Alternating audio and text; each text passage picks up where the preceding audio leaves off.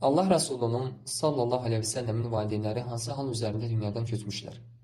Bismillahirrahmanirrahim. Peyğəmbərimizin sallallahu aleyhi ve sellemin atası Abdullah ibn Abdülmuttalib və anası Əminə bint Vahb İslam gəlmədən öncə cahiliyyət dönəmində vəfat etmişlər. Muhammed Peyğəmbər sallallahu aleyhi ve sellem hələ dünyaya gəlmədən öncə atasını, 5-6 yaşları olarkən isə anasını itirir. Ənəs ibn Malik də Allah ona razı olsun, rivayet olan hədisdə o deyir ki, bir kişi Allah Resulullah sallallahu aleyhi ve sellemə dedi: "Ey Allahın elçisi, atam hardadır?" Peyğəmbər sallallahu aleyhi ve sellem ona belə dedi: "Oddadır, yəni cəhənnəmdədir."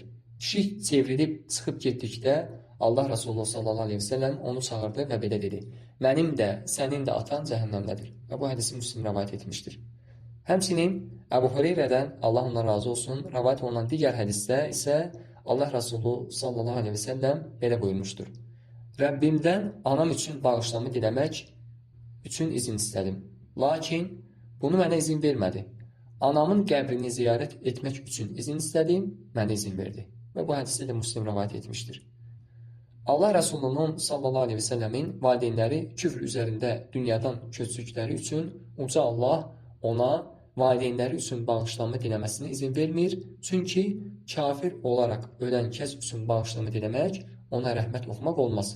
Necə ki, bu barədə uca Allah Tövbə surəsinin 113-cü ayəsində belə buyurur: "Mə kənə li-nəbiyyi vəl-ləzīnə əmənu ən yəstəğfiru lil-müşrikīnə vələv kənu uli qurbə min ba'd mə təbəyyənə ləhum ennəhum ashabul cəhim." Müşriklərin cəhənnəm əhli olduqları bəlli olduqdan sonra hətta qohum olsalar belə nə peyğəmbərə, nə də möminlərə onlar üçün bağışlama diləmək yaraşmaz.